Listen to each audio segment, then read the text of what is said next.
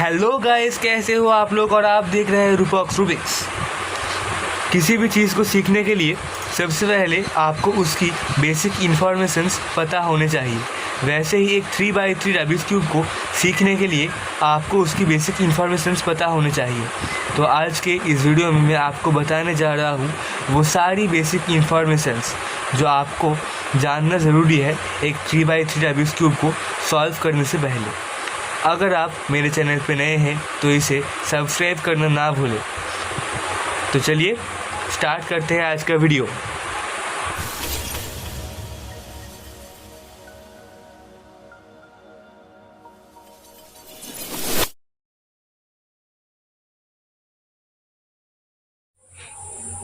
ये रबिक्स क्यूब बनाया गया था 1974 में, जो कि बनाया था एक हंगेरियन प्रोफेसर जिनका नाम था एर्नो रूबिक।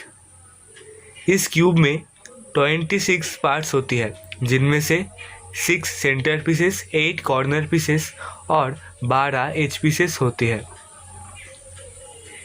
इन पीसेस को कहते हैं सेंटर पीस। एक सेंटर पीस में सिर्फ एक ही कलर होता है। एक क्यूब के सभी पार्ट्स को स्क्रैम्बल किया जा सकता है, सिर्फ इन सेंटर पीसेस को छोड़ के। इस पीसेस को कहते हैं एज पीस। एक एज पीस में 2 कलर्स होते हैं, जैसे कि आप देख सकते हैं कि इस एज पीस में रेड और ब्लू ये 2 कलर मौजूद है। एक एज पीस 2 सेंटर्स के बीच में जाता है और इस पीसेस को कहते हैं कॉर्नर पीस। एक कॉर्नर पीस में 3 कलर होते हैं, जैसे कि आप देख सकते हैं कि इस कॉर्नर पीस में येलो, ब्लू और ऑरेंज ये तीनों कलर हैं। एक कॉर्नर पीस 3 सेंटर पीसेस के बीच में जाते हैं।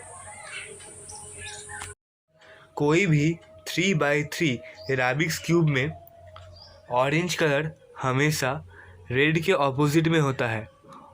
वाइट जो है वो होता है येलो के ऑपोजिट, और जो ब्लू कलर है वो हमेशा ग्रीन के ऑपोजिट ही रहता है।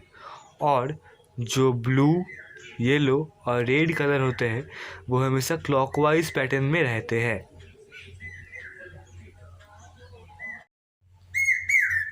एक 3x3 रबिक्स क्यूब में कुल 9 लेयर्स होते हैं। इसे कहते हैं अपर लेयर, इसे कहते हैं डाउन लेयर, इसे कहते हैं राइट लेयर, इसे कहते हैं लेफ्ट लेयर, इसे कहते हैं फ्रंट लेयर, इसे कहते हैं बैक लेयर, इसे कहते हैं एम लेयर, इसे कहते हैं ई लेयर और इसे कहते हैं एस लेयर।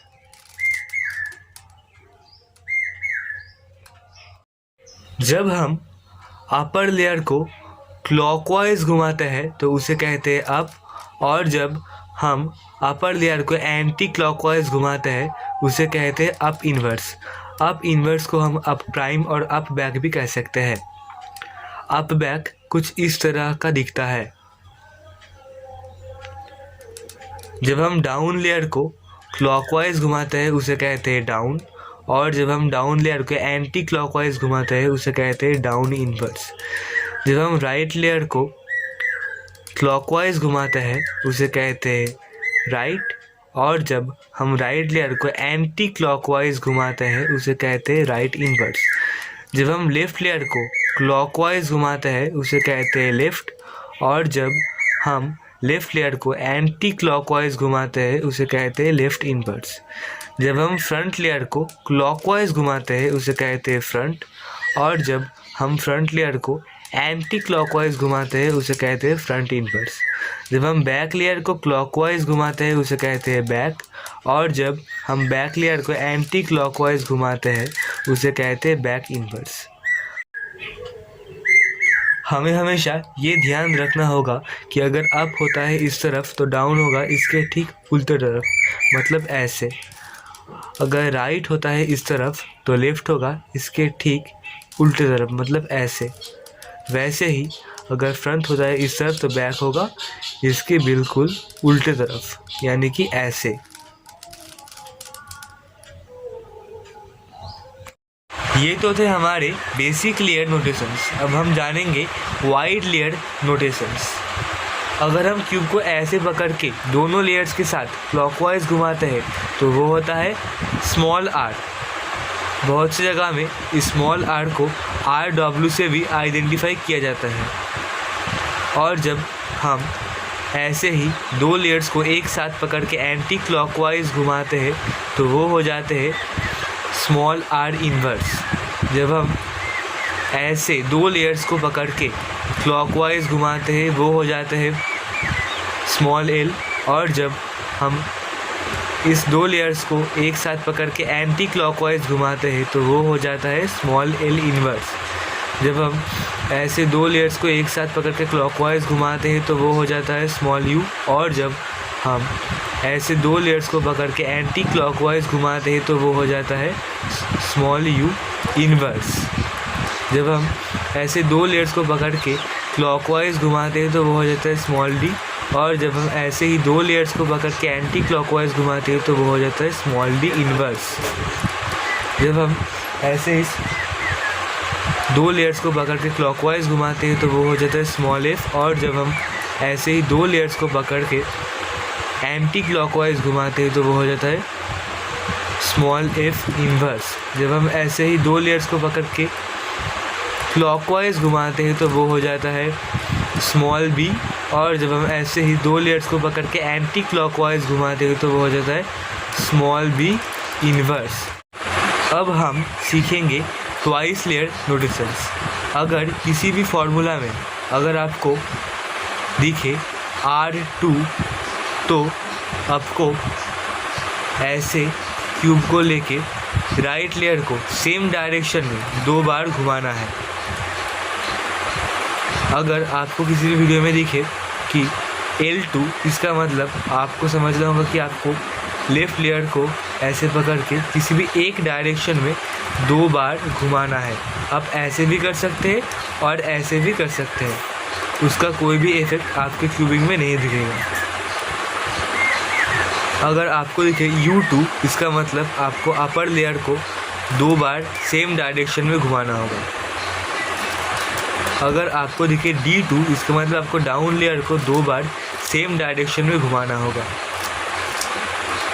अगर आपको दिखे F2, इसका मतलब आपको फ्रंट लेयर को दो बार सेम डायरेक्शन में घुमाना होगा। और अगर आपको दिखे B2, इसका मतलब आपको बैक लेयर को दो बार सेम डायरेक्शन में घुमाना होगा। अगर आपको दिखे स्मॉल R2, तब आपको क्या करना पड़ेगा? कुछ नहीं, बस ऐसे पकड़ो और ऐसे दो लेयर्स को एक साथ पकड़ के किसी भी एक डायरेक्शन में दो बार घुमाओ तो वो हो गया हमारा स्मॉल R2। अगर आपको दिखे स्मॉल U2 तो आपको क्या करना होगा? जस्ट ऐसे क्यूब को पकड़ के दो बार किसी भी डायरेक्शन में घुमाना पड़ेगा इस दो लेयर को, तो वो हो गया हमारा स्मॉल U2। अगर आपको बोला जाए कि U2 और U2 इन्वर्स, उसका मतलब सेम होगा। अगर आप अपर लेयर को दो बार क्लॉकवाइज घुमाएंगे तो आपका जो रिज़ल्ट आएगा, अगर आप अपर लेयर को एंटी क्लॉकवाइज दो बार घुमाएंगे तो भी सेम ही रिज़ल्ट आएगा। तो इससे आपको कुछ भी फ़र्क नहीं पड़ना चाहिए। अगर आपको दिखे स्मॉल D2, इसका मतलब आपको डाउन लेयर को दो बार सेम डायरेक्शन में घुमाना होगा।